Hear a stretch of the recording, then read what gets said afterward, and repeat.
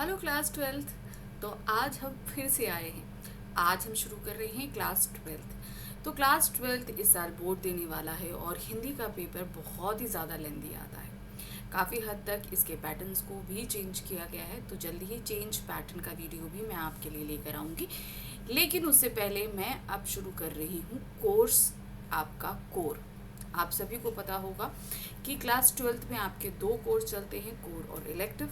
मेरी यहाँ ये कोशिश है कि मैं आपके दोनों ही कोर्सेज ख़त्म करूँ। एज प्रॉमिस, जैसे मैंने बोला था कि जुलाई से मैं आपके जो है कोर्सेज स्टार्ट करूँगी क्लास ट्वेल्थ के, तो मैं स्टार्ट कर रही हूँ। ठीक है, तो सबसे पहले हमने शुरू किया है क्लास ट्वेल्थ हिंदी कोर, और इनकी पहली जो पुस्तक ली है वो है आरोह भाग 2। कोर्स ए में आरोह और वितान दो पुस्तकें चलती हैं। तो आरोह भाग 2 जो है ये हमारे दो खंडों में विभक्त है, गद्य खंड और पद्य खंड। तो सबसे पहले हमारे पास आ रहा है पद्य यानी कि काव्य खंड। काव्य खंड में हमारे पास जो सबसे पहला अध्याय है उसमें एक गीत और एक कविता है। पहली कविता है आपका आत्म परिचय और एक गीत ये है पूरा दिन जल्दी जल्दी ढलता है। तो इन दोनों को मैंने अलग अलग वीडियो में कवर अप किया है। तो सबसे पहले जो हम देखने के लिए जा रहे हैं वो हमारी हरिवंश राय बच्चन जी द्वारा लिखित कविता है आत्म परिचय। आत्म परिचय, यहाँ पर लेखक ने ये जो कविता लिखी है, इस कविता के माध्यम से वो ये बताते हैं कि हम बाहरी चीज़ें और दूसरे इंसानों को, सारी चीज़ों को बहुत आसानी से समझ लेते हैं। अगर खुद को समझने की बारी आए तो ये बहुत मुश्किल काम होता है। इसी चीज़ को इन्होंने इस कविता के माध्यम से व्यक्त किया है। जैसा कि नाम ही है आत्म परिचय, यानी कि आत्मा से परिचय, खुद अपनी आत्मा से मुलाकात और जानना, यही आत्म परिचय है। ठीक है, तो आज के इस वीडियो में जो हम देखने वाले हैं, सबसे पहले हम कवि परिचय देखेंगे। कवि हैं हमारे कौन? हरिवंश राय बच्चन जी। इनका जीवन परिचय, कुछ कृतियां देखेंगे, फिर पाठ की रूपरेखा देखेंगे। कविता लंबी है इसलिए इसको मैंने 4 भागों में विभक्त किया है, और इन चारों भागों के अलग अलग जो हैं प्रसंग हैं, इनकी व्याख्याएं हैं और साथ ही काव्य सौंदर्य। तो इस तरीके से आज हम ये पूरी कविता ख़त्म करने वाले हैं। ठीक है, तो चलिए शुरू करते हैं। जैसे कि मैंने कहा कि हम पहला अपनी जो कविता लेकर आए हैं वो आत्म परिचय है। तो सबसे पहले हमने जैसे बोला कि कवि परिचय हम देखेंगे। कवि हैं हरिवंश राय बच्चन जी। हरिवंश राय बच्चन का जन्म 27 नवंबर 1907 को इलाहाबाद में हुआ था। सन 1942 से 52 तक ये इलाहाबाद विश्वविद्यालय के प्राध्यापक रहे, यानी कि जो यूनिवर्सिटी है वहाँ पर प्रोफेसर रहे। तत्पश्चात आकाशवाणी के साहित्यिक कार्यक्रमों से संबद्ध रहे।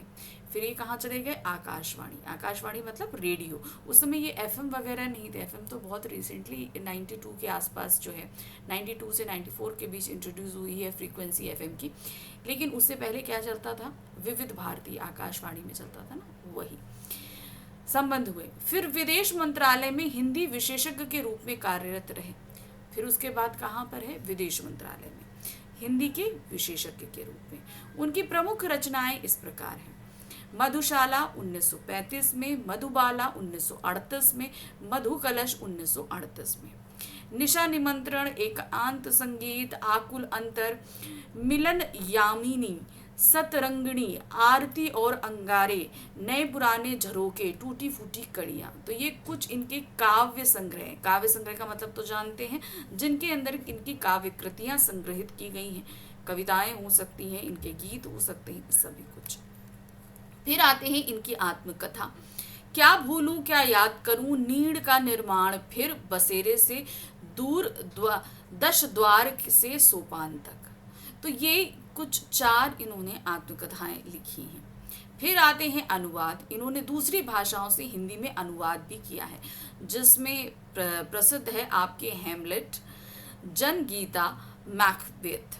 ठीक है, फिर आते हैं डायरी, प्रवासी की डायरी। तो इन्होंने एक डायरी लेखन किया है प्रवासी की डायरी से। इनका देहावसान 2003 में मुंबई में हुआ। हम सभी जानते हैं मशहूर अभिनेता अमिताभ बच्चन जी के पिता हैं हरिवंश राय बच्चन जी। अक्सर अमिताभ बच्चन के मुंह से इनकी कविताओं को हम लोग सुनते रहते हैं, जिनमें इनकी मधुशाला और अग्निपथ का कविता वाचन अक्सर वो करते हैं। ठीक है, चलिए आगे देखते हैं। अब ये जो हमारे पास दो इस पार्ट में कविताएं हैं, पहला है आत्मपरिचय, दूसरा दिन जल्दी जल्दी ढलता है। तो जैसा कि मैंने बताया कि इस वीडियो में हम सिर्फ एक कविता ही कवर करेंगे, नेक्स्ट वीडियो में हम नेक्स्ट कविता लेकर आएंगे। तो सबसे पहले हम देख रहे हैं आत्मपरिचय का पाठ रूपरेखा। आत्मपरिचय नामक कविता में कवि हरिवंश राय बच्चन ने यह स्पष्ट करना चाहा है कि स्वयं को जानना दुनिया को जानने से कठिन है, यानी कि अपने आप को समझना और जानना बहुत मुश्किल है। समाज में रहते हुए विभिन्न खट्टे मीठे अनुभवों से गुजरता मनुष्य अपने परिवेश से पूरी तरह निरपेक्ष नहीं रह सकता। तो उन्होंने क्या चीज बोला कि हम अपने जीवन को जब जीते हैं तो हमारे जीवन में बहुत सारे खट्टे मीठे अनुभव होते हैं, लेकिन हम ये कहें कि हम अपना जीवन जी रहे हैं तो जो हमारे अनुभव है सिर्फ वही है, हमारे आसपास का जो माहौल है वो भी हम पर बहुत ज़्यादा इफेक्ट डालता है। वह समाज से कटकर नहीं रह सकता। वस्तुतः समाज से ही व्यक्ति की पहचान बनती है। हम चाहे जितना भी एकाकी रहना चाहें, हम चाहे ना चाहे समाज के साथ जुड़े ही रहते हैं, और हम ये चाहें कि बिल्कुल अलग होकर रह जाएं तो ये भी पॉसिबल नहीं है। हम समाज के बगैर नहीं रह सकते हैं। चलिए अब आ जाते हैं कविता। जैसे कि मैंने बोला कि ये कविता लंबी है तो इसे कई खंडों में विभक्त किया है। तो सबसे पहले खंड यानी पहला काव्यांश है, मैं जग जीवन का भार लिए फिरता हूँ, फिर भी जीवन में प्यार लिए फिरता हूँ। कर दिया किसी ने झंकृत जिनको छूकर, मैं सांसों के दो तार लिए फिरता हूँ। मैं स्नेह सुरा का पान किया करता हूँ, मैं कभी न जग का ध्यान किया करता हूँ। जग पूछ रहा उनको जो जग की गाते हैं, मैं अपने मन का गान किया करता हूँ। अब यहाँ पे सब जैसे उन्होंने बताया कि समाज से कट के नहीं रहा जा सकता। तो देखिए कवि की कहीं ना कहीं जो पर्सनल लाइफ होती है वो उनकी कविताओं में झलकती है। आप सभी को पता है कि हरिवंश राय बच्चन जी की 2 विवाह हुए थे। तो पहली पत्नी के देहावसान के बाद वो काफ़ी एकांत काफ़ी ज़्यादा दुखित थे। तो उस दौरान उन्होंने बहुत सारी कविताओं की रचना करी। ये उन्हीं रचनाओं में से लगभग एक है, क्योंकि कहीं ना कहीं वो पुरानी यादें इनको याद ही आती थी। अब देखिए क्या है यहाँ पर, पहली लाइन है, मैं जग जीवन का भार लिए फिरता हूँ, फिर भी जीवन में प्यार लिए फिरता हूँ। अर्थात इस संसार, इस जीवन में बहुत सारे दुख हैं, बहुत सारी तकलीफें हैं, ठीक है। तो जब हम इनको जीते हैं तो वो तकलीफें स्वतः ही हमारे पास आ जाती हैं। कुछ हमारी अपनी होती हैं, कुछ अगल बगल की होती हैं। अगर हम संवेदनशील हैं तो वो आसपास की जो परेशानियां हैं, जो चीज़ें हैं, वो अपने आप ही हमारे जीवन में प्रवेश कर जाती हैं। तो वही इन्होंने कहा जग जीवन, जग मतलब क्या, बाहरी संसार, जीवन अर्थात अपने खुद के जीवन। इनमें घटित हो रहे दुख हमारे पास बहुत हैं, लेकिन फिर भी जीवन में प्यार लिए फिरता हूँ। ये नहीं कि मैं दुखी हूँ तो अपने दुख से दूसरों को भी दुखी करूँ, तब भी मैं अपने साथ क्या, प्यार लेकर फिरता हूँ, दूसरों को प्यार बांटता रहता हूँ। कर दिया किसी ने झंकृत जिनको छूकर। अब यानी कि क्या है, उन्होंने कहा कि जो दुखी हमारा मन है, जो कह रहे हैं और प्यार बांट रहे हैं, उसी दौरान उन्हें कुछ पुरानी यादें आ जाती हैं। तो वो कहते हैं कि मेरे दिल को कुछ यादें जो हैं वो छू कर गई, जिससे मेरे ये यादों में मेरे हृदय को कंपित कर दिया। कंपित कर देना, अब ये देखिए 2 कंडीशन में कंपन होता है। एक, या तो हमें बुरी यादें आई हों या हमारे प्रिय की यादें आई हों, और अगर प्रिय से जुड़े, उसके जुदाई से जुड़ी कोई चीज़ होगी तो वो हमें ज़रूर कंपित करेगी। तो वही चीज़ उन्होंने भी बोला है कि कर दिया किसी ने झंकृत जिनको छूकर, यानी कि मैं सांसों के 2 तार लिए फिरता हूँ। मैं तो अपना जीवन, सांसों के 2 तार का तात्पर्य क्या है यहाँ पर, कि मैं तो अपना जीवन बड़े ही स्वतः ढंग से जी रहा था, कुछ दुख और कुछ सुखों को लेकर चल रहा था, लेकिन एकदम से कुछ पुरानी यादों ने मेरे जीवन, मेरे हृदय को झंकृत कर दिया। यानी कि उन्हें कुछ ऐसी यादें आ गई जिससे उनके वो जीवन रूपी जो तार थे वो हिल के रह गए, अर्थात वो बहुत ज़्यादा विचलित हो गए। मैं स्नेह सुरा का पान किया करता हूँ। तो क्या, सुरा मतलब शराब होती है। तो लोग जो हैं अपने जीवन में बहुत तरह के मादक पदार्थों का सेवन करते हैं, लेकिन मेरे लिए मेरे बीते हुए पल में जो स्नेह है वही मेरे लिए मदिरा के समान है, और उसी को पीकर मैं मदमस्त रहता हूँ। मैं कभी न जग का ध्यान किया करता हूँ, अर्थात मैं अपने में मस्त हूँ। मुझे इस जग में जो चीज़ें घटित हो रही हैं उससे मेरे को कोई भी इतना फर्क नहीं पड़ता। मैं इस जो अभी चीज़ें लोगों के दुनिया में बहुत तरह के लोग बात बोलते हैं, मैं उनका कोई भी ध्यान नहीं करता हूँ। जग पूछ रहा उनको जो जग की गाता है, यानी कि इस जग में लोग उसी की पूछते हैं, अर्थात उसी की वाहवाही करते हैं जो उनसे उनकी जैसी मीठी बातें बोलता है। अगर कोई इनसे विपरीत बोल दे तो हमेशा उसका तिरस्कार करते हैं। तो वही चीज़, यानी कि जो जग की गाते हैं, अर्थात जो हमेशा वाहवाही करते हैं एक दूसरे की, लोग उन्हीं को पूछते हैं। मैं अपने मन का गान किया करता हूँ, मुझे किसी की कोई फिक्र नहीं, मेरे मन में जो चीज़ मैं वही किया करता हूँ। यानी कि यहाँ पर मैं किसी की ना अच्छाई करता ना किसी की बुराई करता हूँ। मेरे जीवन में जो चीज़ें हैं मैं उसे मदमस्त होकर जीता हूँ। चलिए देखिए इसका संदर्भ देखिए। संदर्भ जो है वो पूरी कविता का सेम ही रहेगा। प्रस्तुत काव्यांश हमारी पाठ्यपुस्तक आरोह भाग 2 की आत्मपरिचय शीर्षक कविता से उद्धत है।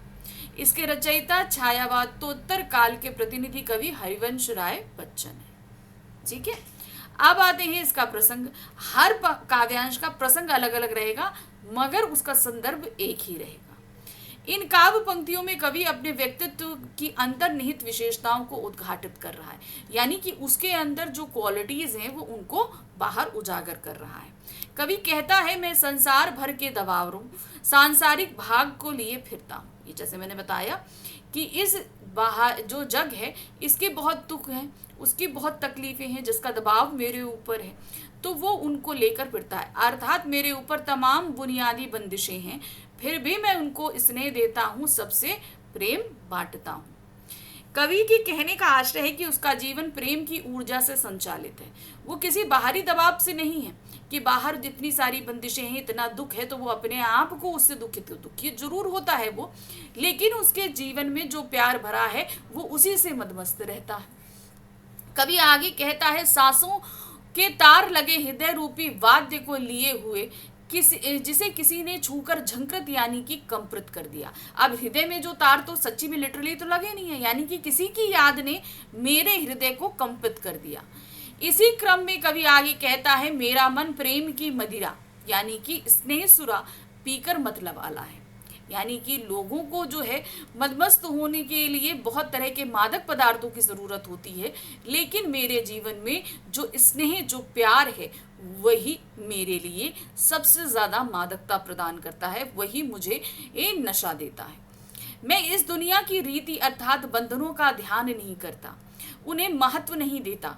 यह दुनिया गुणगान प्रिय है, यानी कि जो उसकी वाहवाही करता है, जो इसकी प्रशंसा करता है, यह उसका ध्यान रखने वाली है। लेकिन मैं इन सब से अलग हूँ, अपने मन की आवाज़ अपने मन के गान को गाता हूँ और इससे मैं स्वयं संतुष्ट रहता हूँ। तो ना मैं किसी की बुराई करता ना किसी की अच्छाई करता, मैं अपने में मदमस्त हूँ। मेरे पास जो स्नेह है जो प्यार है मेरे उस छोटे से संसार में, उसमें मस्त रहा करता। अब जो है ये इन पंक्तियों की हमारे पास क्या है, काव्य सौंदर्य। देखिए, भाषा साहित्यिक खड़ी बोली है, आत्मकथ्यात्मक शैली में संवेदन शक्ति यह गेय काव्य रचना अत्यंत मुखर है। तो समझ में आया। सबसे पहले ध्यान रख लीजिए, खड़ी बोली में पूरी कविता लिखी गई है। पूरी कविता आत्मकथ्यात्मक शैली में और संवेदनशीलता युक्त है। साथ में ये गेयता है, यानी कि इस कविता को गाया जा सकता है। ये तुकांत युक्त कविता है। मुक्त छंद का प्रयोग है जिसमें लयबद्धता का गुण विद्यमान है।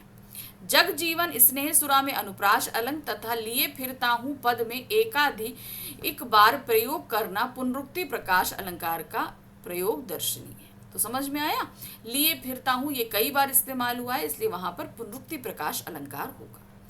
काव्यांश संख्या 2 है, मैं निज उर के उद्गार लिए फिरता हूँ, मैं निज उर के उपहार लिए फिरता हूँ। है ये अपूर्ण संसार न मुझको भाता, मैं स्वप्नों का संसार लिए फिरता हूँ।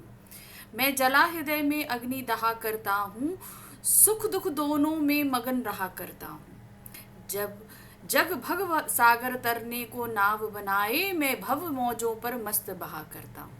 तो अब यहाँ पर क्या कह रहे हैं ये, इनका कहने का तात्पर्य है कि मेरा निज मतलब मेरा, उर मतलब हृदय, बहुत सारे हृदय के जो है ना वो दुख हैं, तकलीफ हैं, यादें हैं, ये सब मेरे दिल में है। लेकिन इन सब के बावजूद मैं पूरे संसार के लिए उपहार, अब उपहार क्या होता है, कुछ भी आप दोगे तो सामने वाला खुश होगा। तो ये सीधी सी तात्पर्य है कि मैं दूसरों के लिए जो है वो खुशियां लेकर फिरता हूँ। मेरे दिल में चाहे जितनी दुख हो तकलीफ हो, लेकिन मैं हमेशा क्या करता हूँ, मैं दूसरों के लिए खुशियां लेकर फिरता हूँ। है ये अपूर्ण संसार न मुझको भाता, मैं सपनों का संसार लिए फिरता हूँ। अब इस पूरे संसार में आप अगर देखो तो हर एक व्यक्ति जो है अपने सपनों को पूरा करने के लिए भागता रहता है, और उन चीज़ों के लिए भागता है जो नश्वर है। तो वही चीज़ कहते हैं ये अपूर्ण संसार है। क्यों? क्योंकि उसे नहीं पता कि खुशियाँ कहाँ पर है, कहाँ उसे ढूंढना चाहिए। लेकिन मेरा क्या है, मेरा अपना सपनों का खुद का अपना एक संसार है, मैं उसी संसार में रहता हूँ और खुश रहता हूँ। मैं जला हृदय में अग्नि दहा करता हूँ। अब अग्नि क्या होती है, यानी कि हमारे हृदय में जो अग्नि जल रही है उसका मतलब है कि वो दुख है, वो तकलीफें हैं, वो सारी चीज़ें वो क्या है, उन सभी को मैं अपने साथ लिए फिरता हूँ।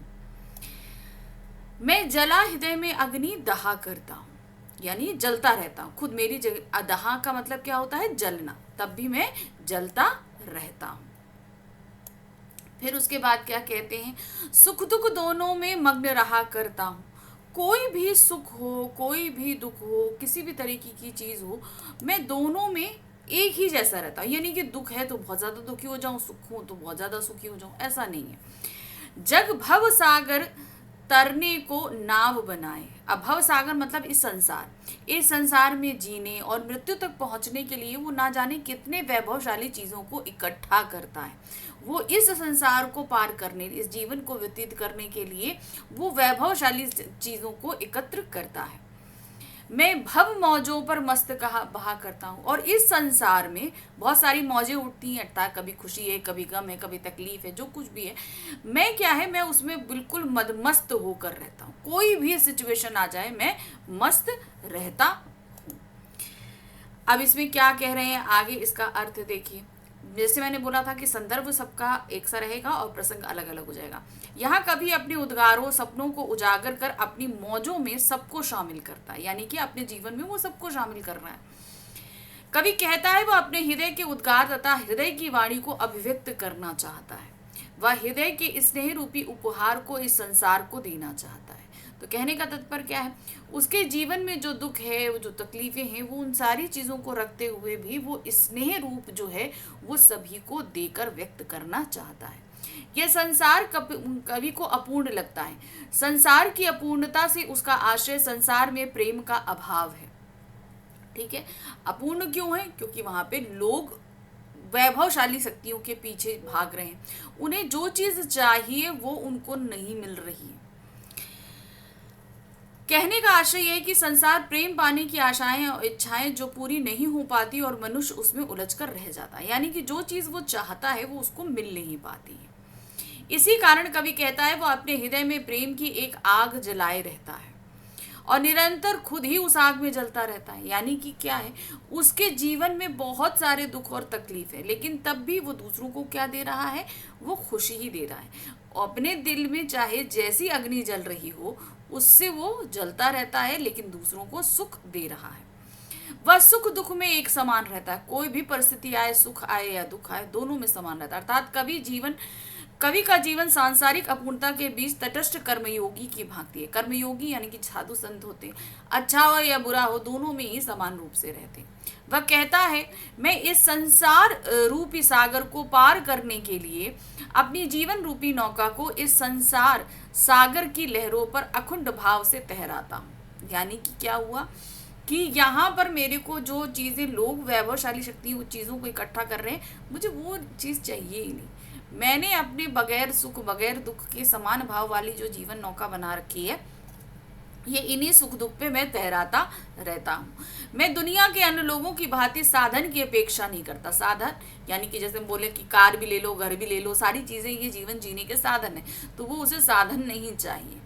तात्पर्य यह है कि कवि संसार में रहकर भी अपना एक पृथक अस्तित्व बनाए रखता है।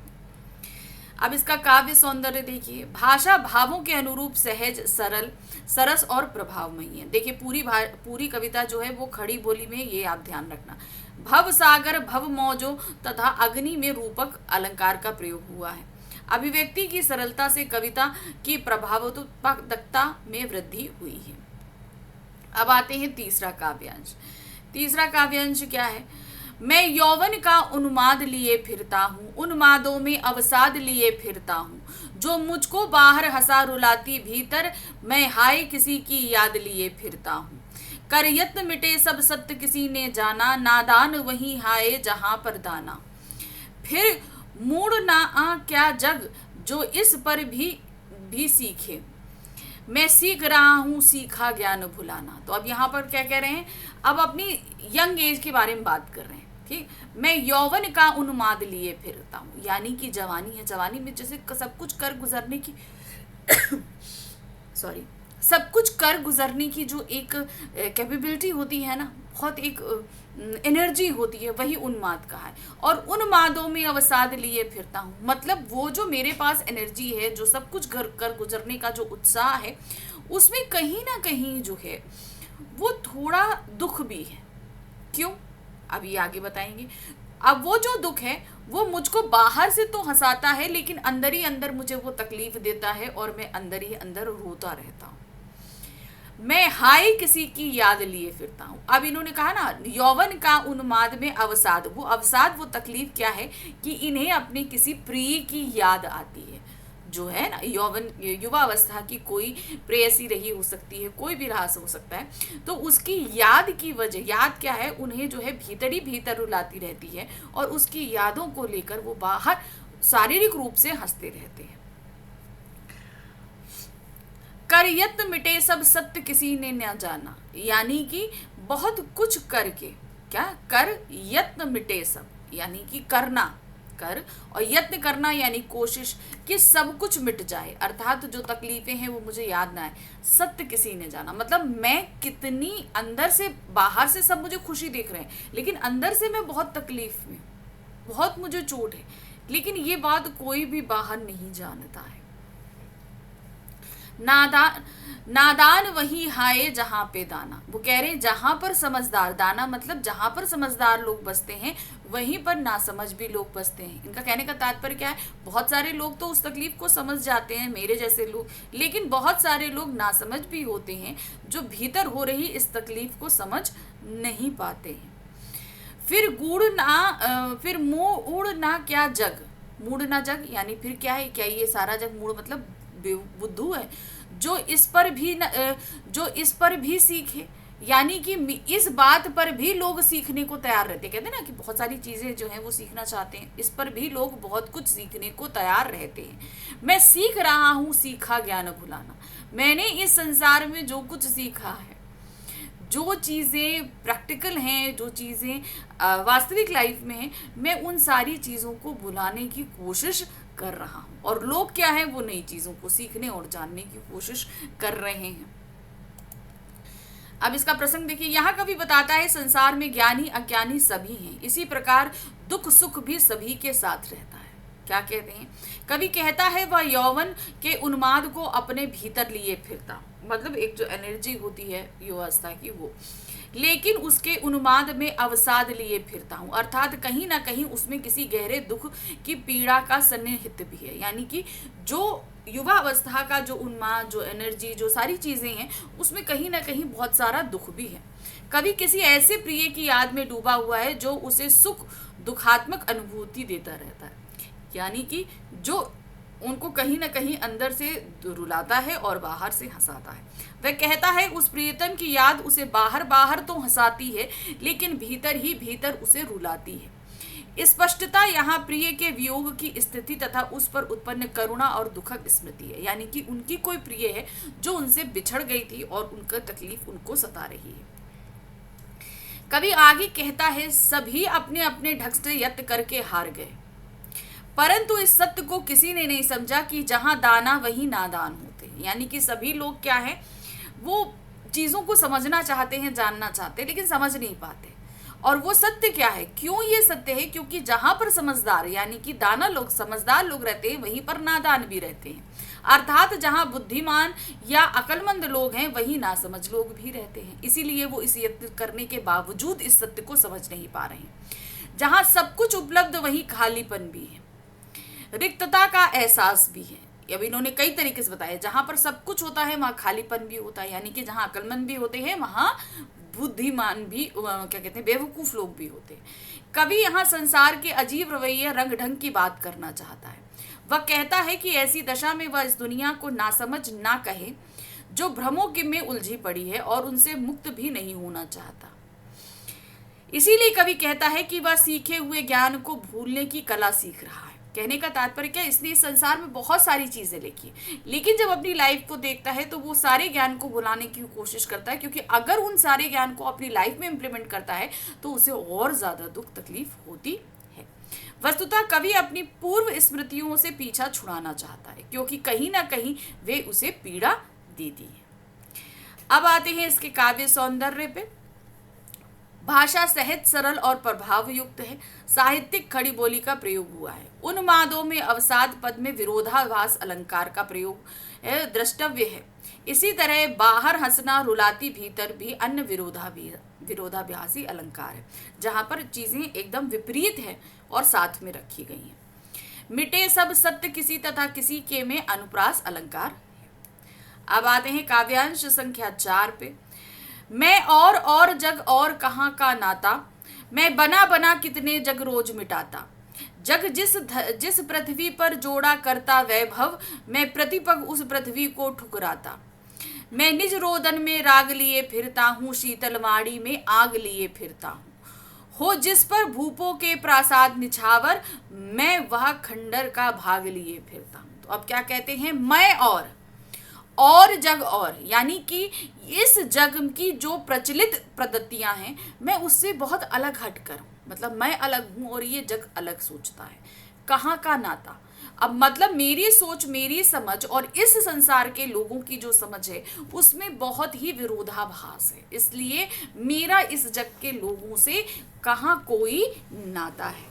मैं बना बना कितने जग रोज मिटाता हूँ, अर्थात मैं इस जग के साथ अपना सामंजस्य बिठाने के लिए ना जाने कितनी चीजों की कोशिश रोज करता हूं, मगर असफल हो जाता हूं।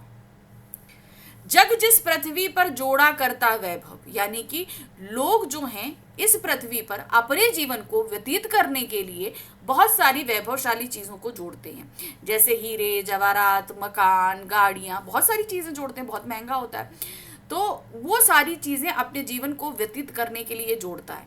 मैं प्रतिपग उस धरती को ठुकराता हूँ, अर्थात मैं इस वैभवशाली संपन्नता, मुझे कुछ नहीं चाहिए, मैं इसे ठुकरा देता हूँ। मैं निज रोदन में राग लिए फिरता हूँ, यानी कि मैं अपने जीवन में जो तकलीफ है मैं उसमें रोता रहता हूँ, लेकिन लोग कहते हैं क्या तुम गाते हो, ठीक है ना, यानी कि उस रुंदन में भी एक राग है। शीतल वाड़ी में आग लिए फिरता हूँ, यानी कि मेरी जो वाणी है वो बहुत शीतल है, सबको शीतलता, लेकिन वो कहीं ना कहीं भीतर भीतर मुझको जला रही है, इस दुनिया की वास्तविकता को दिखा रही है। तो उसी को इन्होंने क्या बोला है, आग बोला है। हो जिस भूपों के प्रासाद निछावर, हो जिस भूपो मतलब क्या हुआ, राजा, प्रसाद मतलब महल। तो वो कह रहे हैं कि मैंने जो अपना संसार बनाया है, मेरी यादों का जो संसार है, मेरा जो भूत है, वैसे खंडहर पर है ना, मैं वह खंडहर का भाग लिए फिरता हूँ। तो उन्होंने बोला मेरे पास मेरी यादों का जो खंडहर है, उन यादों पर मैं ना जाने कितने जो है लोगों, राजाओं के प्रासाद मतलब क्या होता है, महलों को निछावर कर दूं। मेरे लिए मेरी यादों का वो खंडर ही सबसे प्रिय और कीमती है। अब आते हैं प्रसंग पे। सांसारिक लोगों ने इतर भावना में कवि अपनी रचनात्मकता से एक भिन्न दुनिया का निर्माण करता है। लोग अपना जीवन व्यतीत करने के लिए एक अलग दुनिया बनाते हैं, लेकिन वो एक अलग तरह की ही दुनिया बनाकर रहता है। क्या कहते हैं कविता के इस अंश के माध्यम से कवि बताता है कि संसार से उसका संबंध चिर स्थायी नहीं है, यानी कि संसार अलग और मैं अलग, ठीक है। क्योंकि उसका अपना अस्तित्व संसार के अस्तित्व की तुलना में भिन्न है। क्योंकि जो लोग यहाँ पर रहते हैं उनकी सोच, उनकी सारी चीज़ों से मेरी सोच बिल्कुल मेल नहीं खाती। इसीलिए मैं और जग और है। इसीलिए वह कहता है, मैं अपने भीतर कितने ही संसार रोज बनाता और मिटाता हूँ। यानी कि मैं जो जैसा संसार लोग अपने साथ बनाकर जीते हैं, मैं ऐसे संसार अपने भीतर ना जाने कितने रोज बनाता और कितने मिटाता हूँ।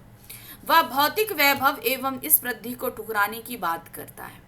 यानी कि इस संसार में जितने सारे लोग बहुत ही पैसे वाले चीज़ों को इकट्ठा करते हैं, वो सभी चीज़ों को मैं ठुकराता हूँ। कि दुनिया जिस धरती पर वैभवशीलता प्राप्त करने के स्वप्न सजोती है, मैं उस धरती को और उसके वैभव को ठुकराता हूँ। मतलब मुझे अपना जीवन व्यतीत करने के लिए इतनी वैभवता नहीं चाहिए। अर्थात कवि भौतिक वैभव को तुच्छ समझता है। कवि आगे कहता है, मैं रुंदन में राग लिए फिरता हूँ, वह शीतल वाणी में आग लिए फिरने की बात करता है। वह वैभव को तुच्छ समझकर उसे ठुकराने की ठसक भरी अदा से कहता है कि मैं खंडर लिए फिरता हूँ। यानी कि उसकी जो यादें हैं वो माना कि खंडर हैं, लेकिन ऐसे खंडर पे ना जाने कितने राजाओं के कीमती महल मैं न्योछावर कर दूं। अर्थात उसके लिए उसकी वो यादें बहुत कीमती हैं, लेकिन वह ऐसा खंडर जिस पर राजाओं के राजप्रासाद भी न्योछावर हैं। कहने का तात्पर्य है कि कवि यहाँ भौतिकता को महत्वहीन तथा भावनात्मकता सामर्थ्य को उल्लेखहीन मानकर उसे रेखांकित करता है। यानी कि आसपास जो हम बहुत सारी कीमती चीज़ों को एकत्र करते हैं वो उनके लिए बिल्कुल तुच्छ है। इसीलिए उन्होंने भूपों के प्रसाद को निछावर करने की बात कही। और खंडर यानी कि जो मेरी भावनाएं हैं, जो मेरी सोच है, जो मेरी यादें हैं, वो सारी ही मेरे लिए कीमती हैं। तो वो भावों को ज़्यादा इंपॉर्टेंस देते हैं, वैभवशाली चीज़ों को इंपॉर्टेंस नहीं देते। अब काव्य सौंदर्य देखिए। खड़ी बोली में साहित्यिक रूप का प्रयोग हुआ है। सहज भाषा से गंभीर भावों को कुशलता से अभिव्यक्त किया गया है। भाषा की क्षेत्रीयता का प्रभाव भी दृष्टिगोचर होता है। यानी कि जिस क्षेत्र में रहकर ये चीज़, वहाँ की क्षेत्रीय भाषाई शब्दों का इस्तेमाल किया गया है।